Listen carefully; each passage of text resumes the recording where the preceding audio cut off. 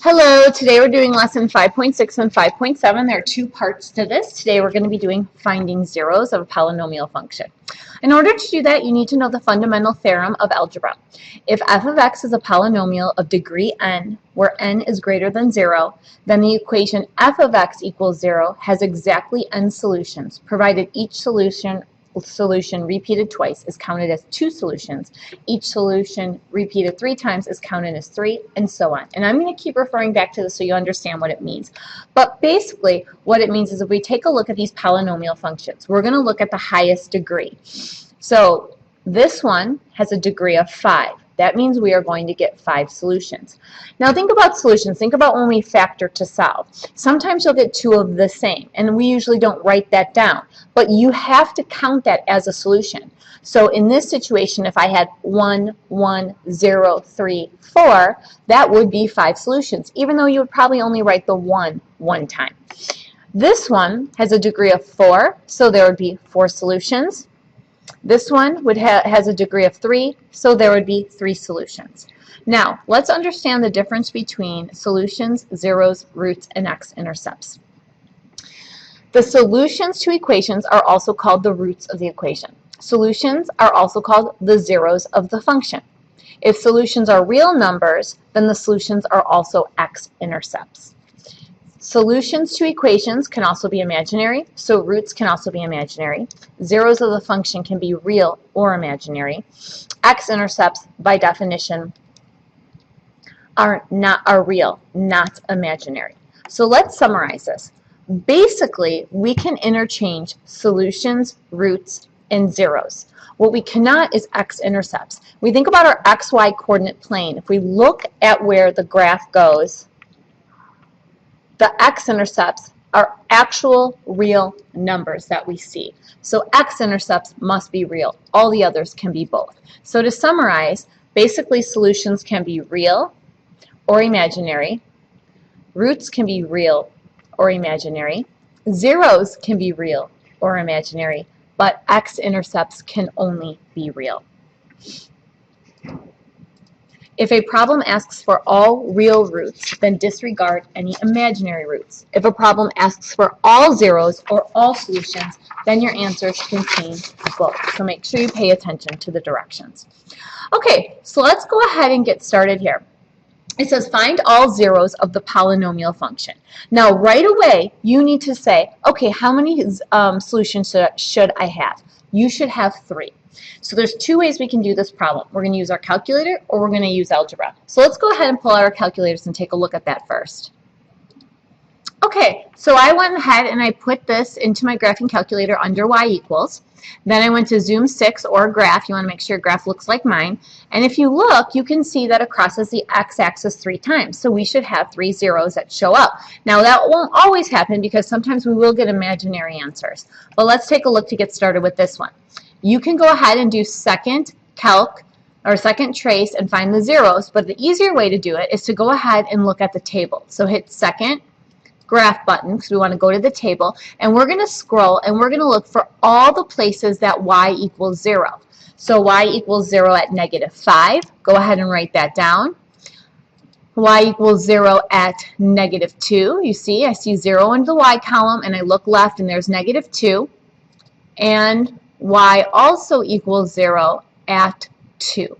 So let's go ahead and write that on our paper. So we can use our calculator by doing second graph, which is our table function.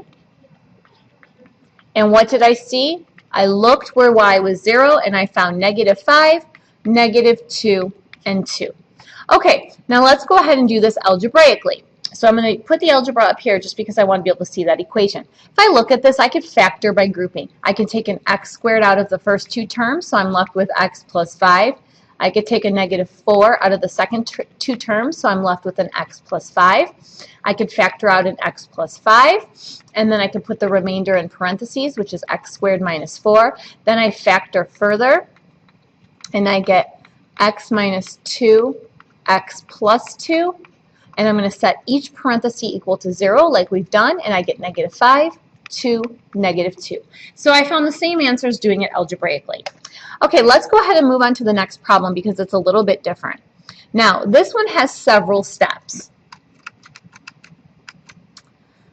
The first thing we're going to do is we're going to use our calculator to find the rational zeros, because I'm going to show you something. If I look at this, I see that there should be 3 solutions. So let's see what happens when I go ahead and put it on my calculator. Okay, so I put this polynomial function into my calculator. I look at my graph. It looks like it hits the graph 3 times, but let's go ahead and look at the table. When I scroll through the table, I see I have an x-intercept at -1. Let's go ahead and keep scrolling. Okay, these numbers in the y only seem to be getting bigger and bigger. So I'm going to scroll back down. Okay, these numbers only seem to be getting bigger and bigger. So if I've only found 1 0, but I can see it crosses my x-axis 3 times. So what happens is we only have 1 rational zero, and that's -1. So the next thing we're going to do is we're going to divide that in. We want to go ahead and try to solve this polynomial function. Now, you will see that by looking at it, you can solve this by factoring. But I want to show you, because sometimes we're not always able to do that. So I want to show you another way to do this problem. So what you're going to do is you're going to use synthetic division, and we're going to divide this in to our polynomial function. So I'm going to put -1. I'm going to go ahead and write all my coefficients, 1, 1, -3, -3, and I'm going to go ahead and do my synthetic division. Okay, when you do that, this is the remainder, this is the constant, this is the x, and this is the x squared. So if you were to write this out, you would get x squared minus 3 equals 0. Do you know how to solve this? Yes, you do, because we got it down into something we do know how to solve, a quadratic. So when you solve this, you go ahead and add 3 to both sides. You get x squared equals 3, and then we go ahead and square root it. And what do we get? We got x to be the plus and minus the square root of 3. There's our 3 zeros, 1, 2, and 3. Okay, so make sure you have 3 solutions. All right, let's go ahead and take a look at another problem. We're going to do the same exact thing. Okay, let's go ahead and put this polynomial function into our calculator. When I do that, I get this graph, and then I'm going to go ahead and go to my second table, and I see that I have a 0 at -2, -1, and 2. You can go ahead and scroll through, but you won't find any other ones. So let's go ahead and write that down. So we have 3 out of the 5 that we need, -2, -1, and 2. So now we're going to start dividing. We need to get this down. We don't know how to solve a polynomial to the 5th power. So we're going to try to get it down to something we know. Now it doesn't matter which one you start with. I like to start with the smaller one, but we're going to do synthetic division. Okay, we're going to go ahead and do 1, hold the place for the 4th power, -4, 1, hold the place for the x, and then -4. So go ahead and do your synthetic division. When you do that, this is what we get. Okay, this is a remainder. This is our constant, our x squared, our x cubed, and our x to the 4th. Still don't know how to do this, so I'm going to go ahead and divide again. We're done with that one. I'm going to divide in -1. Now you're going to divide it into what? This new polynomial function, 1, -2, 0, 1. Go ahead and start your synthetic division.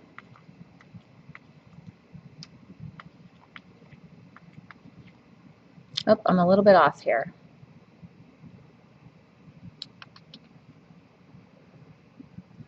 Let's see, 1, -1, -3, 3. Hold on a second here. Okay, I'm sorry, I forgot to write my last term down, the -2.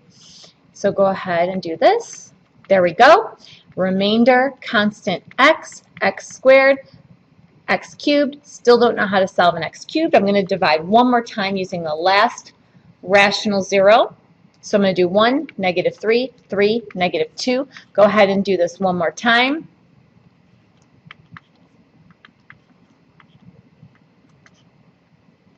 That's positive. Okay, this is my remainder, it's my constant, my x squared. So now I got it into down to something I can recognize, x squared minus x plus 1. Now, can we factor this? Is there anything that multiplies to give us 1 and adds to give us -1? No, there's not. So now, how do we solve a quadratic when we don't just have an x squared term and we can't square root both sides? We can't factor it because there's nothing that multiplies to give us 1 and adds to give us -1. We have to use the quadratic formula. Okay? So now we're going to use the quadratic formula. Go ahead and write this down. Plug everything in. Our a is 1, our b is -1, and our c is 1. So when I plug this in, I end up with 1 plus or minus the square root of -3 over 2. Simplify this. We get 1 plus or minus I root 3 over 2. This is 2 answers. So look, I had 3 from my calculator, and I have these 2 answers. I have 1 plus I root 3 over 2, and I have 1 minus I root 3 over 2. We would have never got this from the calculator because it's imaginary.